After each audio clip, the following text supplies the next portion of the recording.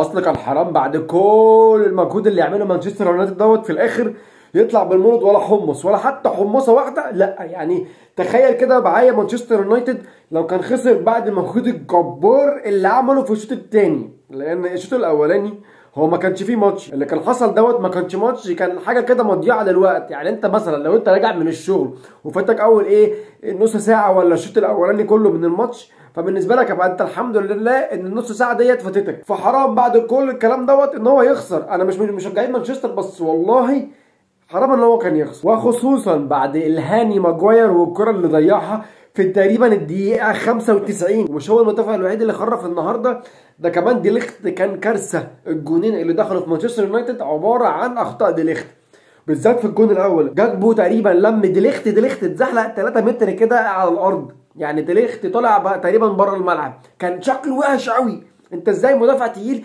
تتزحلق الزحلقه دي؟ انت ازاي يحصل فيك كده؟ طب الجون الثاني هندس بطريقه غريبه. انا 100% الكره ديت ما كانتش مقصوده ان هي تبقى هندس، ولكن انا ما شفتش مدافع في قلب ال 18 مدافع المفروض ان هو مخضرم وكبير ولعب في الدوري الايطالي ولعب في الدوري الالماني وبيلعب في الدوري الانجليزي بيدافع وهو عامل ايديه كده. يعني دي مكانها هنا كده او مكانها هنا كده، مكانها في اي حته غير انها تبقى كده. ما شفتهاش في حياتي. مانشستر يونايتد النهارده لعب ماتش حلو جدا، كان خساره ان هو يخسر فيه، واللي ضيعه في الماتش دوت هو قلوب الدفاع، واللي ضيعه في الهجوم برضه هو الدفاع، واللي جاب له جون هو برضه الدفاع. يعني الدفاع عندك عمل كل حاجه في الماتش، الدفاع عندك ضيعك وجاب لك اجوان وكان هيضيعك. فدفاع مانشستر يونايتد عباره عن عبث، اللي هو ايه ده؟ ايه اللي عمال يحصل ده؟ نيجي بقى لاحسن شخصيه موجوده حاليا في مانشستر يونايتد، احمد ديالو. الراجل دوت هو المفروض العجينه والطينه وخامه اللاعب اللي المفروض تبقى موجوده في مانشستر يونايتد.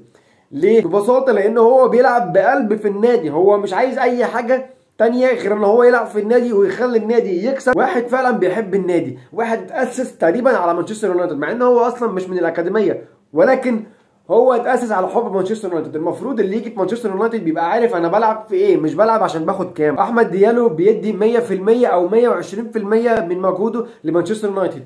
مانشستر يونايتد في اسوأ احوالها، ولكن الراجل بيلعب بقلب، وكفايه حبه للنادي وان هو بعد كل جون مش بيبوس الشعار مره، ده بيبوسه تقريبا يعني 18 20 مره. المفروض تكون خامه اللاعب اللي موجود في مانشستر يونايتد، مش العاهات والكوارث اللي موجوده فيه حاليا. ودوت اللي مضيع مانشستر يونايتد، ان في لعيبه لا تستحق ان هي تخش الفرقه ديت وتخش النادي دوت. المشكله عند مانشستر يونايتد مش مشكله مدربين، اقسم بالله مش مشكله مدربين، مشكله عقليات لعيبه اللي داخل. اما بالنسبه لليفربول فهو ازاي جاكبو وصل للمرحله ديت؟ ازاي جاكبو بقى فجر قوي كده؟ الراجل عليه رجل يمين ما بيتحلش، رجل يمين بتروح بص في شقف السمكه، بيشمع الكره بطريقه غريبه.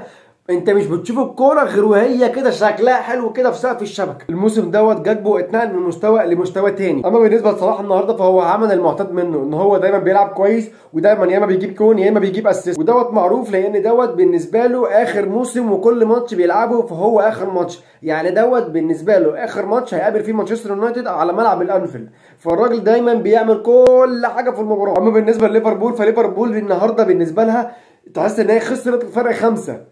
الراجل خسر نقطتين وتعادل قدام مانشستر يونايتد في الانفيلد، عادي ممكن تمشي، ولكن مانشستر يونايتد السنه دي وصل لمستوى بالنسبه له دي بقت خساره وبفرق كبير كمان. هنشوف هل مانشستر يونايتد هيقدر يحسب اللقب السنه دي، ولا ممكن اي حاجه تحصل، ريمونتادات من السيتي تحصل، يعني ارسنال ينط. هنشوف ايه اللي هيحصل. بس واخيرا وليس اخيرا كان معكم زيكا. لو لسه ما عملتش لايك اعمل لايك، لو لسه مش عندي على الفيسبوك تعالى عندي على الفيسبوك، ولو لسه ما عملتش سبسكرايب انت فايتك كتير قوي، اعمل سبسكرايب.